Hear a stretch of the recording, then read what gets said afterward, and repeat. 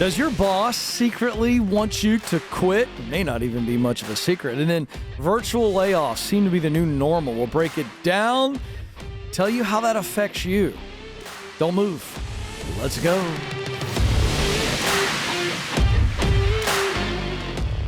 Helping you win at work and in life. More money, more meaning in the Monday through Friday. That is my aim. My name is Ken, and let's set some of you free today because I think some of you need this. You've been hanging on, just hoping things will change, and they're not going to change because your leader wants you to break up with them. I mean, I don't know if you've got any of these stories from your past. I have one. I feel like such a bonehead because I didn't see it. And so I hope you can learn from me.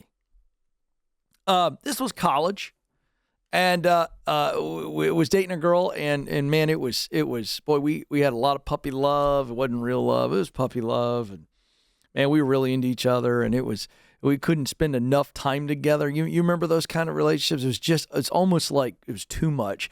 And it was such to the level that I was intoxicated by how much time we spent together. And then all of a sudden, she didn't want to spend as much time with me, and she was acting weird. And I'd say, is everything okay? And she'd say, yeah. And I knew deep down she wasn't okay, but she was telling me she's okay. And so you know what I did? I believed it because I didn't want to acknowledge that this was slipping through my fingers. You know what I'm talking about.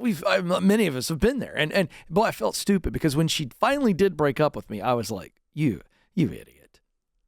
You dummy. You should have seen this coming. I mean, couldn't have been more obvious. And then after I got over the pain of the breakup, you know what I realized?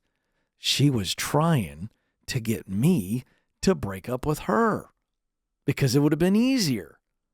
She didn't want to be in a relationship, but she didn't want to confront me and dump me, so she was trying to get me to get mad and dump her. Oh, the pain and agony, but it's just normal. And that same immature, unhealthy approach in a relationship is existing in the workplace, where you've got bosses who don't know how to break up. So they get you to break up with them. And as silly as it is, and it is not mature. It is an example of really poor leadership, weak, unhealthy leadership, but it's there.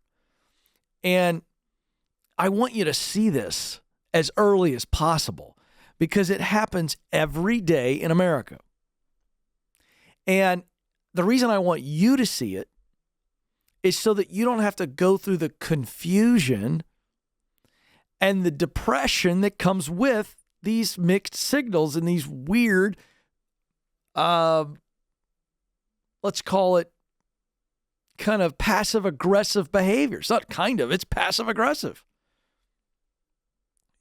So instead of choosing the difficult conversation, weak leaders simply withhold communication, mentorship, coaching, and recognition. Let me say that again. Instead of having a difficult conversation, they start pulling back on things that you may have been getting or things that you certainly need. And when you don't get them, they know what's happening. You begin to feel like something's wrong because that's what they want to do. They withhold communication. They stop communicating. They withhold mentorship, coaching, development, recognition. So let's look at some very specific examples of those broad categories. Signs that you are being pushed out passive-aggressively. One situation is you get denied promotions. Notice I put an S on there. Could be one promotion, but many times it's multiple conversations where they just stonewall you. Sometimes they'll come straight up and go, you know what? No, it's not the right time. And that's as close to confrontational as they'll get. No, I'm sorry. And they'll come up with an excuse, but they tell you no. The other times when they go, well, we're thinking about it. We'll look at it. That's something we're going to have to kind of work through. We'll let you know. And that's the old Congress. Let's just kick the can down the road and deal with it later. The second sign is that there's more disconnection than normal. Something's changed, not as connected. The manager creates distance between the two of you just by not communicating effectively and sometimes not communicating at all. The third sign is discouragement. And it's not you being discouraged, it's them discouraging you. So it's not the denial with a, well, here's a reason, very specific reason, or kick the can down the road. This is, you'll ask for opportunities for growth and they never get back to you. You're not asking for a promotion. You're just going, hey, what can I do? How can I be better? How can I add more value? So this isn't a direct ask. This is just a, hey, I'm willing and able. And they respond with a, we'll let you know. We'll tell you if that's something that we think. And they just dismiss you. And that is a form of discouraging you. They don't want you asking again. Fourth sign is much more aggressive. They just straight up demote you. They don't want to fire you, but they come up with some reasons and they demote you. That's reassigning you, less responsibility, less exciting work. I'm telling you, being demoted is one of the most commonly used tactics of poor leaders. They don't think about the psychology of demoting someone. They don't think about what it's really going to do to you in a harmful way. They're thinking about it as the easiest way to get you to leave. They know it's not good, but they're not really thinking about how it affects you as a human. They're just trying to make it easier on themselves. And so they tried again to demote you to get you to go, I'm not doing this, I'm out. And then finally they disrespect you. And this is a major shift here between being treated with dignity and then very clear instances where you are not being treated with dignity. Could be a flippant tone, could be an aggressive tone, could be a humiliating circumstance where they humiliate you, where they are trying to get you to say, I'm out, I'm not doing this. Remember, all of these signs, being denied, disconnected, discouraged, demoted, disrespected. I'm covering this from every angle possible because all of these are signs that they are trying to get you to self-select and say, I'm not going to do this. And so when you begin to see those signs, here's what I want you to do. I want you to dig into the why. Because what they're doing is wrong in trying to get you to leave, but I want you to be self-aware to go, wait a second, why are they doing this? Am I doing something wrong? This is tough because you've got to find out, are you a part of the problem? The way they're doing it's wrong, but I want to know, what am I doing wrong? Is it effort? Is it attitude? Is it ability? Is it compatibility? I'd want to know because this could keep happening to you and you never learn from it. So now you see the signs, dig into the why. You're going to be better for it.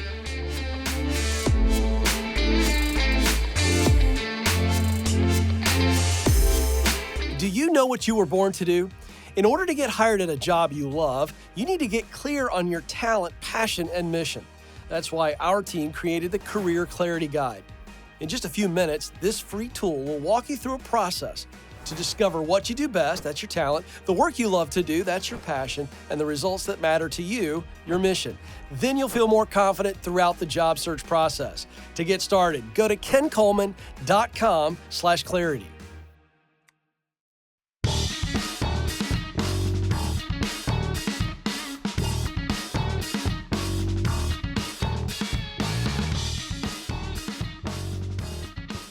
All right, folks, welcome back to the show where we help you win in work so you can win with money and create the life that you desire to live.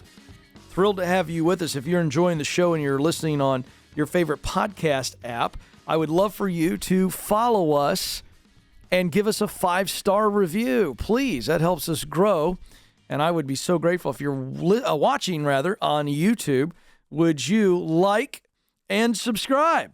Whatever you're watching, give us a like and subscribe to the channel. That would be great. Also, sharing on YouTube is super easy with one click. We'd love that as well. All right, folks, so I have a deep, abiding passion to help people do work that they're good at, that they enjoy, that produces results that matter to them, because it's not taught. This is not taught in schools. You're just taught to be a good answer giver, pick a major so you can get a good job. That's what you're taught. Then you're left to discover on your own. That's why I have put time and energy with Ramsey Education into developing a course called Foundations in Career Discovery. Who's this for? This is for teenagers and for parents who feel like their kids are in a matrix. Parents, you're scared about your kid's future as far as how they pick it. You're not quite sure how to guide them. They're not going to listen to you anyway. Maybe they'll listen to another middle-aged guy. I'm so proud of it. We have real teenagers, students that are a part of this course. We sit down and have some really interesting living room discussions, as well as I teach what I teach on this show, but for students. It is a home study, so the kids can do it by themselves, and you can guide them, and there's parent materials, teacher materials as well. The course is $49.99 for one student for 1 year. You can add additional students for those of you with multiple kiddos for only $30 per year. You get a free teacher account because you're the teacher, mom and dad, and additional teacher resources, student progress tracking, and a grade book. Each student will also get a free version of my student version of the Get Clear Career Assessment. Parents can purchase up to 10 students per account, so go check that out at kencoleman.com/student, kencoleman.com/student, kencoleman.com/student. All right, let's get to the world of lockouts and layoffs. Sounds horrible, doesn't it? What do you mean, Ken? What's a lockout? I remember lock-ins as a kid. You remember lock-ins, Alex? You ever go to a lock-in? You know, like I was a camp counselor at the local YMCA as a college kid, summertime job, and they would have lock-ins. And basically, the parents dropped the kids off, and you had yahoos like me supervising these kids all night. A lot of pizza and Mountain Dew. A lot of pizza, a lot of Mountain Dew, and obnoxious games and screaming and yelling. And it was a lot of fun until around 1 a.m. where you want to go to sleep and the kids are just starting to feel the effects of the fifth Mountain Dew. Well, this is not a lock-in. We're talking about lockouts. What is that? Oh, it's awful.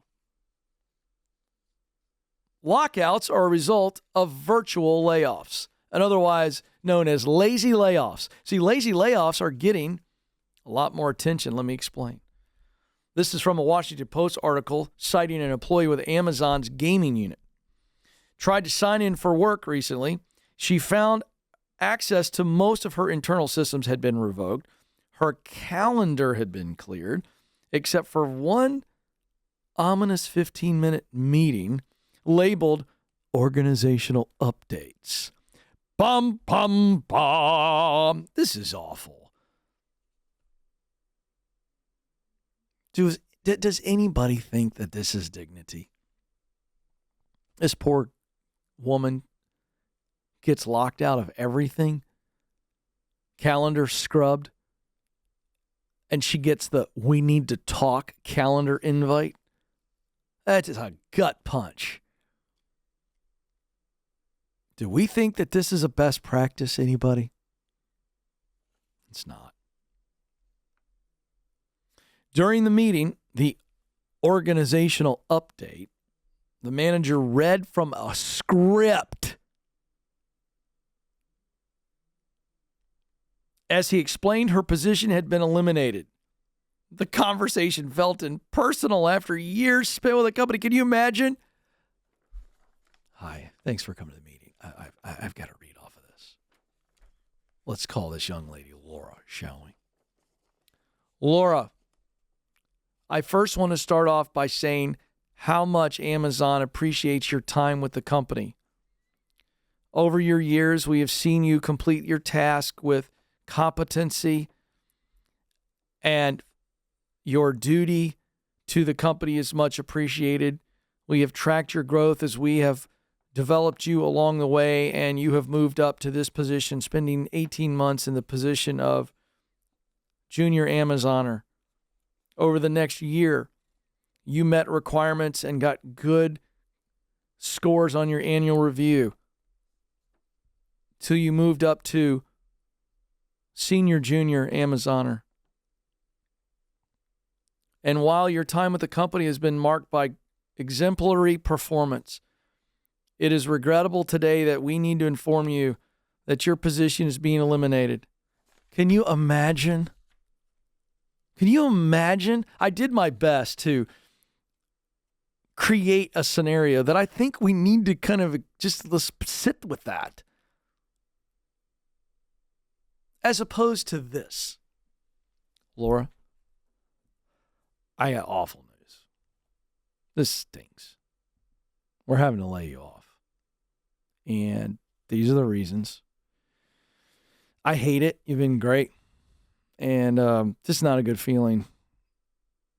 And I want you to know that I'm going to be available to be an incredible resource as a reference for you. I've thought about some connections that I'd like to make for you. And I just wish this wasn't happening. Unfortunately, this happens in business. And there's no way to make this sound good, but I got to tell you, you're not a bad human being and you're not a bad worker. And I'm really sorry. Do you have any questions? I'll answer everything that I can. I'll give you the details about what's going to happen with the severance package and everything else. But I wanted to look you in the eye and tell you that I've enjoyed working with you and you're a really good person. And I don't think this should stain you. And I don't think that this should ruin your life. I know it's going to ruin your day and the days after that. I'm really, really sorry. And I literally will do anything that I can to help you. But I just want you to know I'm here to answer any questions. Now, which do you think is the best move? Now, let me also point out that in my little bad acting here, that doesn't take away the sting for Laura. And I acknowledge that. It doesn't take away the sting, but can I say it lessens the sting? I really believe it does. Why? Because one, robs her of her dignity when you are locked out of your entire system except for one meeting that says we've got to talk. And then when we come to talk, and she already knows what's going to happen.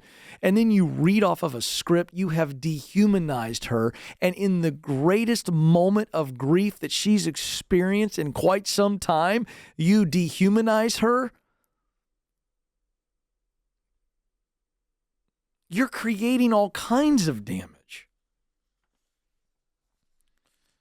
This has happened to literally tens of thousands of employees over the last couple of years. Some people have likened this type of layoff as being broken up with. But if handled correctly, the experience can be a little bit less painful. Jessica Kriegel is the Chief Science of Workplace Culture at Culture Partners, is even taking the tack that she thinks virtual layoffs are the best way to do this.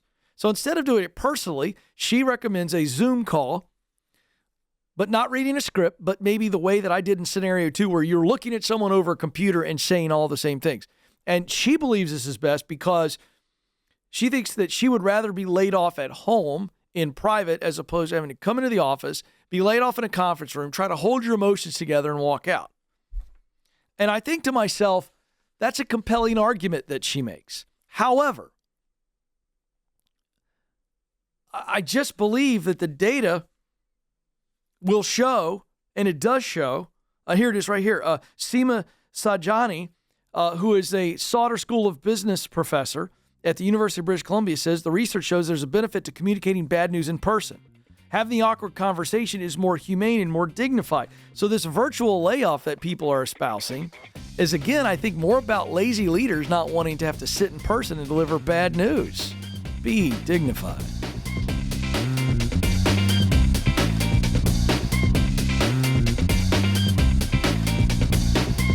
Are you wondering if you should leave your current job or stay put? You're not alone. That's why we created the Should I Quit My Job quiz. In just 5 minutes or less, this quiz will help you determine if you're at the right company and if you're in the right role. If you need to make a move, you'll even get practical next steps to keep you moving forward. Listen, stuck is a choice, and life is too short not to do what you were created to do. To take the quiz, go to kencoleman.com/quiz.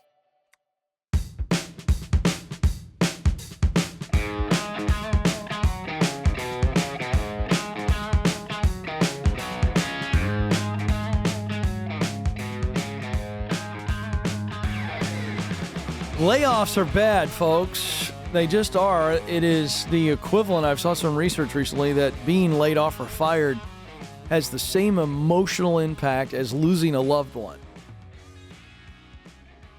And so I want to present a scenario to you folks. And by the way, you can sound off in the comments on YouTube if you want. Jump in here.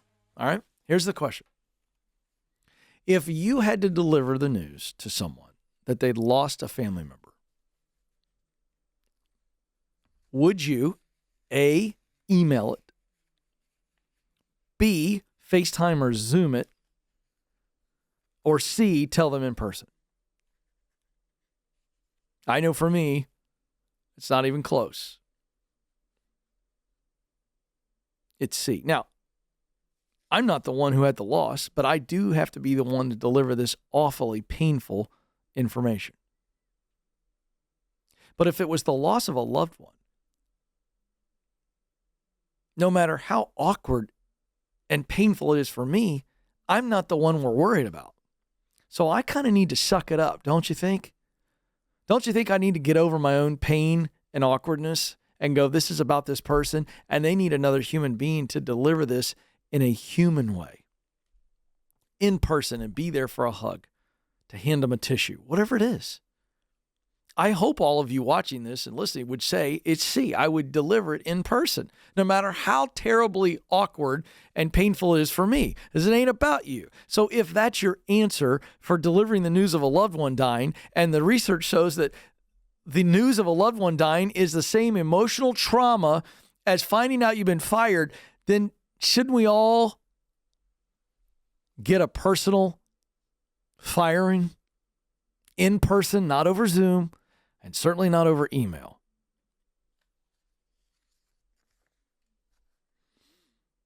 More than half of laid-off workers reported that they saw no warning signs and were caught by surprise, according to a ZipRecruiter survey conducted in January. And this was of people who lost their job in the last 6 months. So let's call it from mid-January 22 to January 2023, ZipRecruiter does a survey of 2,000 employees who were laid off in that 6-month period. And 52% of them said they had no warning sign and were caught by surprise. Now, some of you go, well, I don't understand the point you're making. They should not have been shocked. Here's my premise. If an employee is shocked, is shocked and sees no warning signs. If an employee is shocked to get laid off and sees no warning signs, one of two things is happening. Either they're clueless and have their head in the sand, and I can allow for that, or their leaders kept it from them because the leader didn't want it to get out and didn't want it to make it uncomfortable, or it's all selfishness and laziness at this point for leaders. Or someone above them was trying to control a narrative. Because here's the deal. You don't wake up one day, go into the office as a leader and go, you know what, we've got to lay these people off. You see the signs. You're having conversations. These mass layoffs that shock people, total, absolute, poker-faced, bad leadership. You should sit your people down and communicate with them and go, hey, times are tough right now. We are not laying anybody off today. We're not laying anybody off this week. We don't want to lay anybody off.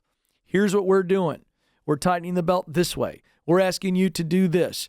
Be aware. Pray. Whatever. That is telling people at least, getting laid off is a possibility. They're telling me it's not now. And there are some things we're trying to do. Does that suck to hear? Yes.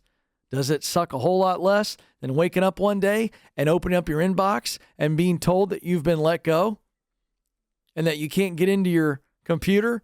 Please drop it off at the big box outside the building. Because we've taken your fob access away. That's happening, folks. We're reporting that on this show. It is not okay.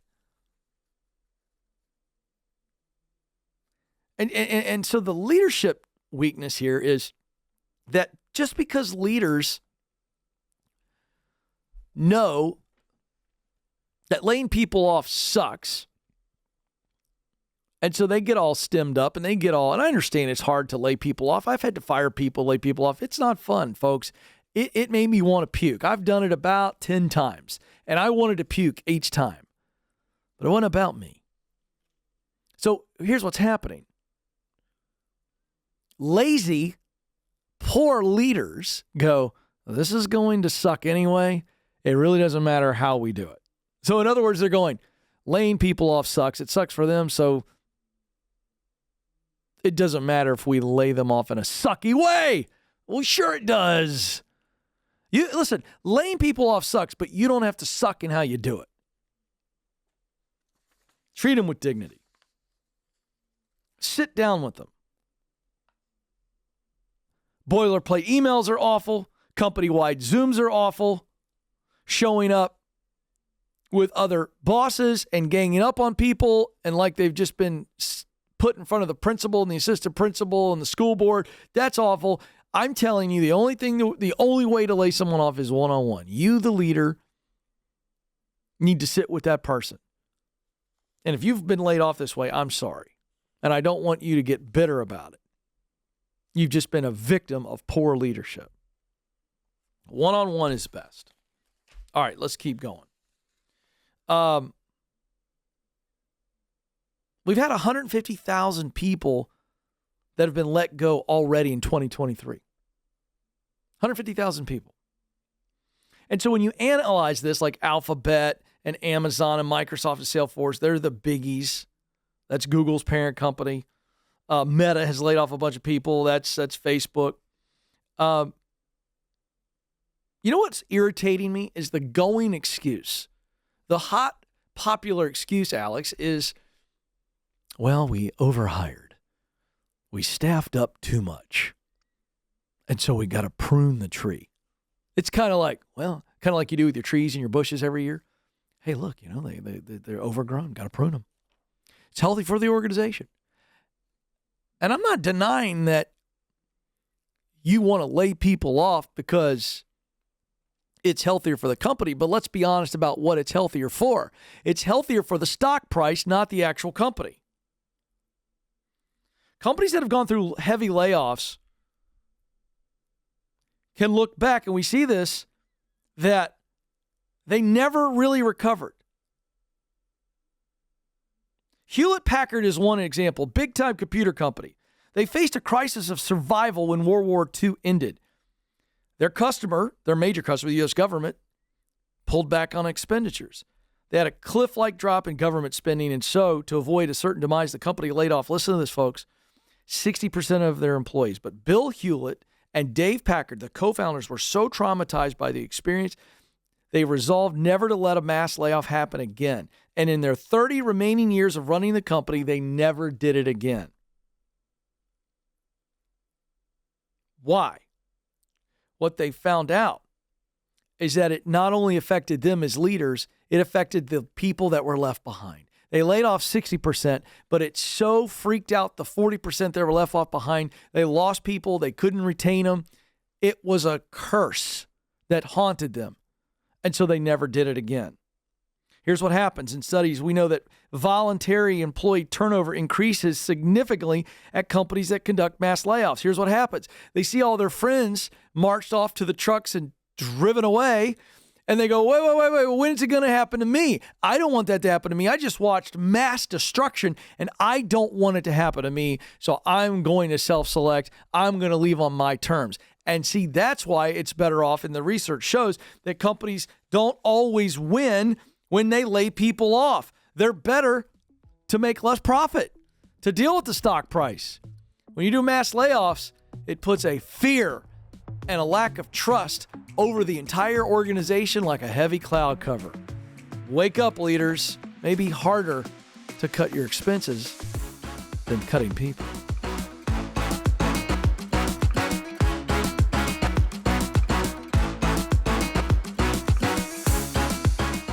Did you know that recruiters take an average of 6 seconds to scan a resume? And that's if they ever see it in the first place. In fact, 75% of resumes are rejected before reaching a hiring manager. Listen, folks, if you want to get hired, you've got to make your resume worth noticing. That's why we created How to Write the Perfect Resume. This free guide will walk you through the 5 steps to stand out in the hiring process to get you your dream job. If you want to get started, go to kencoleman.com/resume.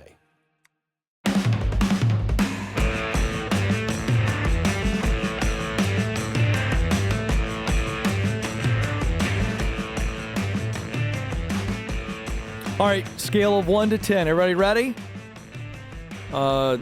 Ken Coleman Show production team, you don't get to answer because I know the answer to this question. For the rest of you, here's the question. Scale of 1 to 10 on your own. You're riding the exercise bike. You're in the car. You're in the office. Uh-oh. I think I know what the answer is if you're listening to my show in the office or watching it. Here's the question. Are you happy at work? Scale of 1 to 10, 1 being you're biting a stick just to try to make it to 5 o'clock today. 10, you floated into the office. You're so happy. You're levitating into the office every day. There's a pretty wide gap there. But in all seriousness, answer the question. Are you happy at work? Where would you rate yourself? All right. Now, here's some jarring data for you. If you're in the 1 to 4 category, you need to pay attention, especially if you want to live longer. New study from Illinois Wesleyan University found that happy workers live up to 10 years longer than unhappy workers. I can hear some people right now going, I'm minutes away from death. I appreciate your sense of humor, but we do want to fix this. Life is too short to just grin. And some of you aren't grinning anymore. You're just bearing it. You're just trying to make it through. Now, this is stark. And some of you go, Ken, I don't have any choice, so I'd rather you not tell me this. No, you do have a choice. Unhappy at work, it's killing you slowly. It's killing you. Now, let's flip this. People that are happy at work. And by the way, let's just briefly lay out what I believe happy at work looks like and how we get it, okay? Let's spend 30 seconds on this. Here's what happy at work looks like. You're spending the majority of your day doing something that you actually are good at. You've got proficiency, efficiency, that's talent. You spend the majority of your day doing something you really, really enjoy. You look forward to it. When you're in the middle of it, it's easy to kind of get into it. You're challenged by it, and because you're good at it, it's enjoyable. That's what I call passion. And then you spend the majority of your day producing results that you actually care about. So you are naturally motivated. No one has to motivate you to deliver these results. That's what happy at work looks like. And then we'll add one other element to that, and that is you are recognized for your unique contribution, and you are being developed. They give you the resources you need to win and the resources you need to get promoted. All right, that's happy. All right, now, so that's describing happy. So what's the payoff for this? If I'm dying faster than other people, if I'm unhappy in my work, what are the positive benefits of changing my location? Because some of you are still going, I don't think it can get better. All right, Ken, I'm with you on the data. I guess I can't argue with all these scientists. But that's my lot. And I'm just going to try to exercise outside of work. I'm going to eat better outside of work. I'm just going to try to medicate or mitigate. Okay. But let's just look at what if you spent 75% of your day or more using what you do best, your talent, to do something you love, passion, to produce results that matter to you. It's a missional result. Here's what happens. 1, you make more money. Studies show that people who are happy at work make more money. Ramsey Solutions did the largest study ever of net worth millionaires, and 96%, we studied over 10,000 net worth millionaires. 96% said they loved their work. 2, have less sick days because you're not A, making up excuses, and B, you're not so stressed and so burned out that can cause all kinds of physical ailments. So you're healthier. 3, happier people are more productive. Of course they are. And so guess what happens? When you're productive, you get promoted. Yay! More challenge, more money, more impact. Number 4, they keep getting better. They tend to grow. They perform at a higher level. We're not just talking about productivity, but they get more opportunities, not just to be productive, but to drive some high performance. And then finally, happy people at work invest their money, invest in themselves physically, mentally, spiritually, emotionally. They just keep growing. They just keep getting better and happier. Happy at work matters. Are you happy?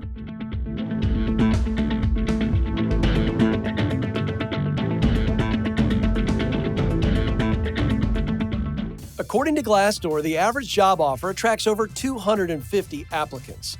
If you've made it to the interview, you've already made a great impression. So now is the time to showcase how you are the best choice for the role.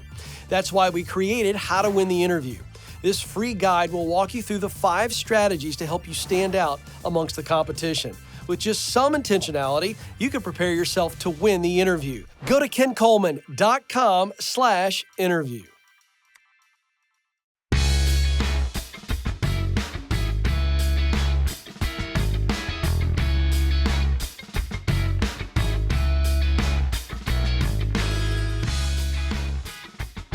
Welcome back to the Ken Coleman Show. If you aren't happy at work and you're going, I don't know where I could be happy, the first thing we got to start with is the right seat. We want to get the right seat, and then we want to figure out what the right bus is. Very quick descriptor of that. The right seat is where you're spending most of your day using what you do best to do what you love, to produce results that matter to you. And I've got an assessment tool that is an awareness tool. It's not a personality profile. You've had enough personality profiles. You don't need any more of that. What you need is a 15 to 20 minute assessment that allows you to go, hey, this is how I'm uniquely designed. And that's the talent. And this is what I've always enjoyed doing. And these are the results that motivate me. Those 3 areas, talent, passion, mission, you get a detailed report where you're great, where you're average, where you're below average in each of those areas. And then it puts your top results, what you do best, what you love to do most, and the results that fire you up the most in a purpose statement. You see this professional purpose statement, and now you've got a high-level job description that any choice you ever make the rest of your life professionally, you run it through this. It's called the Get Clear Career Assessment. Tens of thousands of people have taken this. It's a wonderful tool. KenColeman.com/assessment. KenColeman.com/assessment. You can get it at the store at KenColeman.com. Get it. It's a great gift for high school kids that are going to college students that are getting out the real world, the husband, the wife, the parent, the friend who feels stuck. Get them the Get Clear Career Assessment. It is going to give them clarity and then confidence and courage. Let's go to Drew, who's on the line in Peoria, Illinois now. Drew, you're on the Ken Coleman Show. Hey, Ken. Good to talk to you. How are you today? Good to talk to you. What's up? Hey, so quick question for you. I've been in my current position for the past 5 years, a sales position. Love my place of work, love my manager, love everything about it. The pay is great. The only issue is that I've been in the same position for 5 years with no change. Granted, the pay has gone up because my sales have been high, but the problem is I feel like I should be climbing the ladder a little bit with my performance. I've been a top performer at my place of work for the past 3 years. What do you want to climb to? I would love to be in a sales management position. Is there a current person in that role? So there is. So my sales manager, he's been in that position the past 5 years. As long as I've been there, he also does all of the HR management. Is he the person you were referring to when you said you love your leader? It is, yes. All right, so you want his spot. Correct. Well, that's a challenge, yes? It is. So you can't sit in his seat until he gets out of his seat. Correct. Okay. Have you expressed this to him? So I haven't. So I have been thinking about it here. You have or have not? Have not. You have not said that you want his position? I have not. Have you told him that you want to be promoted at all?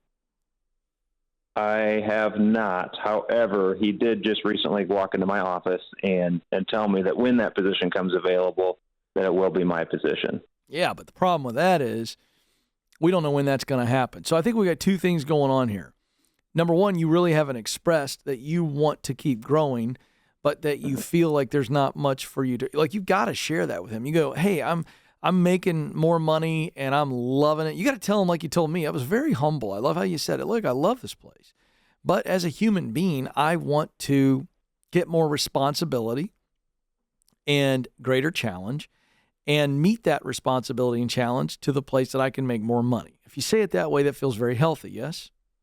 Yes. You got to tell him that. At which point, he may tell you the same thing he already volunteered to you. But then he at least realizes, if he's got any sense at all and he's a healthy leader, he's going to go, well, I know that to get my position. So as we look at Drew growing, one place that he can grow is to my seat. But he knows what his seat looks like in the timeline there. So then he has to go, well, if my seat's not going to open up anytime soon, I got to help find Drew another seat. And if I don't help Drew find another seat that he's excited about, we're probably going to lose Drew. That would be a healthy response. True or false? True. You got to give him a chance to process that. So when he came in and told you that, you didn't take that opportunity to tell him what you told me? I did. No, I absolutely. I told him that I would be interested in the position because he asked me that. The only issue I had with it was he said it could be a year, it could be 2 years. Oh, I thought you told me that he didn't know when it was going to be. No, he did give me a timeline of 1 to 2 years. Okay. One year in my mind is great. 2 years is probably a little bit longer than I'd be willing to wait. All right. So what's your question for me? Now I think I got a good background. So my question for you would be, how would you approach him to express the fact that, 1 year is probably something that would absolutely be something I'd be willing to wait on, but 2 years is a little longer than I would like to wait for something like that. Yeah, if it's me, I would not say that. I would say to him, okay, I'd really love for you to communicate to me as much as you can. Okay. And I don't know if that's 6 months from now or 10 months from now, or I got to wait until 12 months from now. But I'd love for you to tell me where I stand. And if it changes, I understand. But can you tell me, as we keep getting closer to a year from now, tell me what my chances are. Tell me, and I understand that you may not, but I'm just asking. I would ask him for that. Well, will you keep me posted and let me know? Because if it's not, I just want to set my expectations properly. Okay. Now, do you understand what I'm saying? I do. Now, here's the deal, though.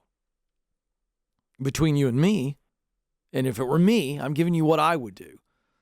I would ask for that communication so I know where I stand. I know what my chances are, because I want to hold him accountable. I don't want to wait 2 years to find out that, nope, it's going to be another year. And I'm looking for other opportunities 6 months from now. Okay. 10 months from now. I'm looking for a backup plan. Here's why. I'm not going to take my toys and go home the day he tells me, well, it's probably going to be closer to 2 years. But you've already set this watermark, and I think that's really mature. Really mature, really strong for you to go, Ken, I could wait a year. I can't wait 2. I love that. I love that you've acknowledged that. That tells me you're really healthy.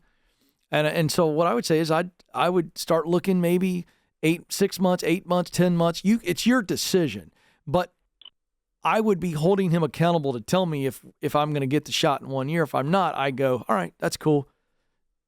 I've enjoyed my time. I love the guy. I love the company. I love the work. But I don't want to get stale. And so I realize that my season here is done, and I'm going to look for something else. That's what I would do. Okay. How's that feel? Very good. That feels good. All right. I mean, I think that's where you were leaning based on how you're reacting. It is. Yes. I just wanted some reassurance. Yeah, because here's the deal, Drew. You're a good guy, and they've been good to you. And I think we all wrestle with, am I being impatient? Am I being immature? Am I being selfish? And the answer is no. We as human beings long to grow. We need a challenge. And that's what you're craving, is a challenge. You're craving growth. That is good. That is not misplaced. That is not immature, it's good. And when you begin to feel that ache, folks, you can be patient, like I told Drew to be patient. But there's a difference between patience and complacence. Do you see what I'm saying, Drew?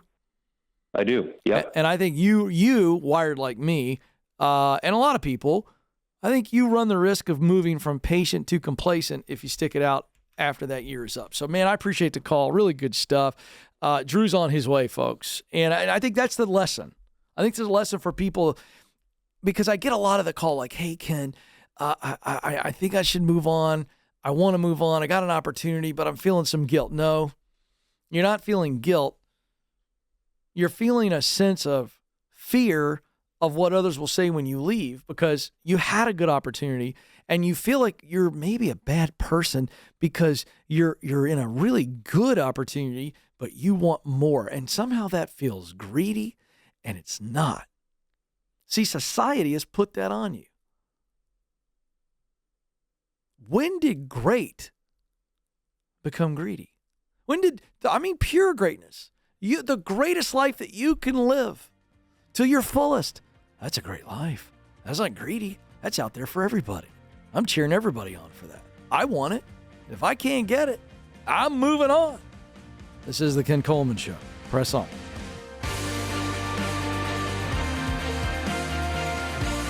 Thanks for listening to the Ken Coleman Show. For more, you can find the show on demand wherever you listen to podcasts and watch the show on YouTube. You can also find Ken across all social media by following @Ken Coleman.